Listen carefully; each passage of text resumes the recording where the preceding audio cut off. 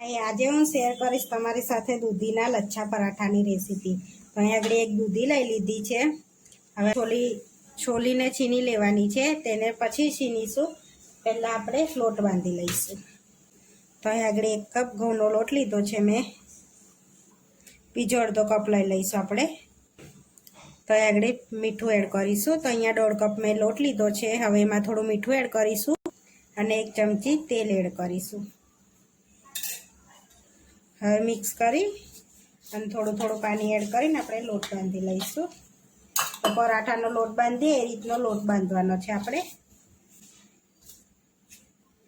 આ રીતનો પરાઠાનો લોટ બાંધી લેવાનો છે। હવે એમાં 1 ચમચી તેલ એડ કરીને આપણે કેળવી લઈશું 1 મિનિટ માટે। આપણે લોટને કેળવી લીધો છે। હવે આપણે દૂધી છીની લઈએ ત્યાં સુધીને આપણે એને રેસ્ટ આપીશું। દૂધીનું સ્ટફિંગ કરીશું ત્યાં સુધીને એને રેસ્ટ આપીશું। અહીંયા આ રીતની દૂધીને આપણે છોલી લઈશું।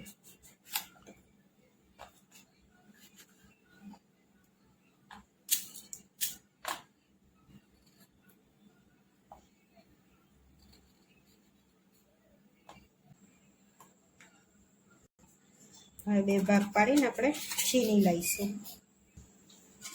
હવે દૂધીને આપણે છીની લેવાની છે। દૂધીનો ઉપરનો જ ભાગ લેવાનો છે, અંદરનો ભાગ નથી લેવાનો।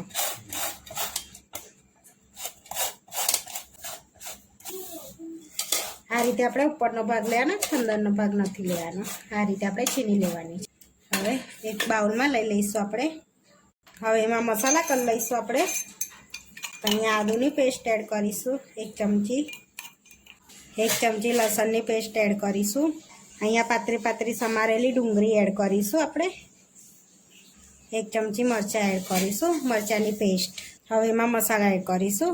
અડધી ચમચી હળદર, અડધી ચમચી ગરમ મસાલો, અહીંયા નાની ચમચી લીધી છે એટલે અડધી ચમચી। અહીંયા લાલ મરચ, શેકેલા જીરાનો પાવડર, 1 ચમચી આમચૂર પાવડર, 1 ચમચી કિચન કિંગ મસાલો। હવે આપણે મિક્સ કરી લઈશું।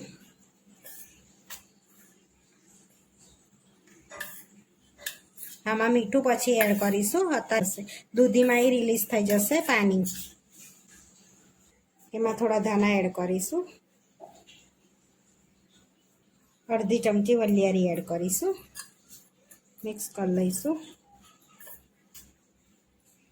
ને હાથે નહીં મિક્સ કરવાનું, ચમચી મિક્સ કરવાનું કે પાણી ના છૂટે। સ્ટફિંગ રેડી થઈ ગયું છે। હવે આપણે રોટલી વણી લઈશું। હવે આપણે લોટને બી રેસ્ટ આપી દીધો। હવે કેળવી લઈશું આપણે। એમાં એ ગુલ્લા પાડી લઈશું। હવે એક લુઓ લઈને આપણે વણી લેવાની છે। સૂકો લોટ ભભરાઈને પાતળી વણવાની છે આપણે।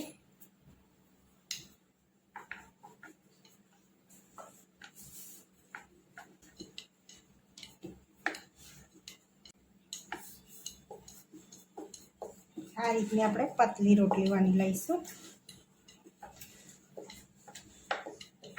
આ રીતની આપણે રોટલી વણી લેવાની છે, એકદમ પતલી, બહુ પતલી નહીં, આ રીતની પતલી। હવે આપણી રોટલી વણી ગઈ છે। હવે આપણે સ્ટફિંગ એડ કરીશું, એટલે એમાં આપણે થોડું મીઠું એડ કરીશું સ્વાદ પ્રમાણે।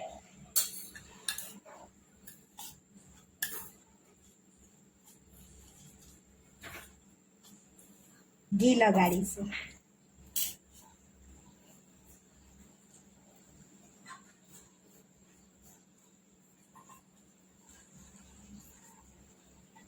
હવે સ્ટફિંગ એડ કરીશું।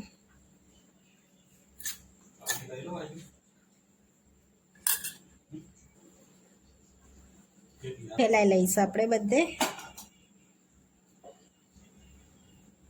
હવે બીજી રોટલી મૂકી લઈશું આપણે એની પર।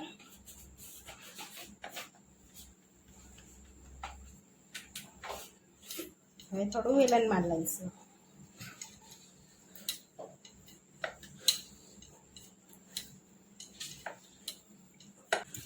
હવે કટ લગાડી લઈશું આપણે।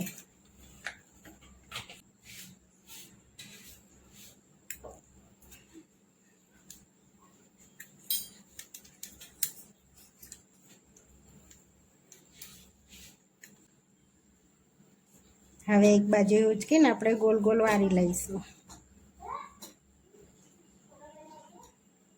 હવે બીજા પર મૂકીને આપણે બીજું બી વારી લઈશું.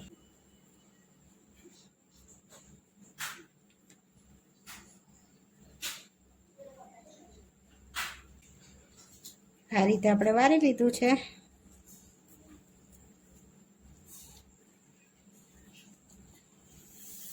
ભરી લઈશું બીજા પર બી.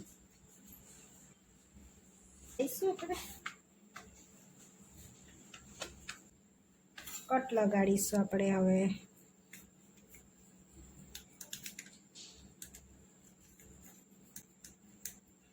હવે જે બીજામાં વધ્યો તો તેને મૂકીને આ રીતે આપણે બીજો રોલ વાર લઈશું.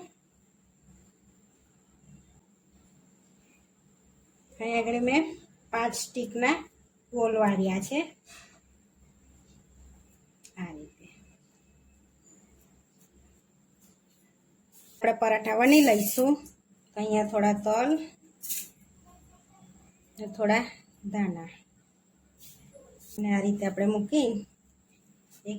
મૂકીને વણી લઈશું.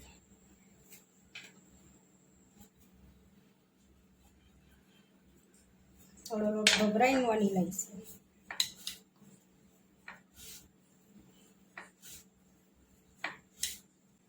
આ રીતે આપણે વણી લીધો છે. હવે શેકી લઈશું. અહીંયા લોળી લઈ લીધી છે. હવે આપણે શેકી લઈશું એને. આપણે એને ધીમા તાપે શેકવાનું છે. હવે આપણે એની પર તેલ એડ કરીને તેલ લગાડી લઈશું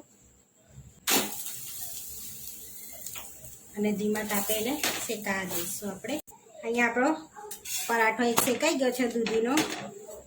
હવે બીજો એટલે આ રીતે આપણે બધા પરાઠા ધીમા તાપે શેકી દઈએ. બીજો એડ કરી દીધો છે. આ બી શેકાઈ ગયો છે. આ રીતે આપણે બધા પરાઠા શેકી દઈશું. અહીંયા આપણા પરાઠા શેકીને રેડી કરી દીધા છે. હવે આપણે સર્વ કરી લઈશું. તો આપણે દહીં સાથે સર્વ કરીશું. અહીંયા વાડકી દહીં લઈને આપણે થોડુંક એને ફેટી લઈશું. વઘાર કરવા માટે તેલ ગરમ કરી લીધું છે. હવે જીરું એડ કરીશું. અંદર થોડી હિંગ એડ કરી લઈશું. હવે દહીંમાં થોડું લાલ મરચું એડ કરીશું અને વઘાર એડ કરી દઈશું આપણે અને ધાણા એડ કરીશું. મિક્સ કરી લઈશું. હવે આપણે સર્વ કરી લઈશું. અહીંયા દહીં લઈશું. આપણે આ રીતનું તીખું બનાવેલું દહીં લઈ લઈશું. સલાડ લઈ લઈશું. પરાઠા લઈ લઈશું. આપણા દૂધીના લચ્છા પરાઠા બનીને રેડી થઈ ગયા છે. આવા વિડીયો જોવા માટે મારી ચેનલને સબસ્ક્રાઈબ કરો, લાઈક કરો અને શેર કરો અને તમે જરૂરથી ટ્રાય કરો. ફરી મળીશું નવા વિડીયોમાં.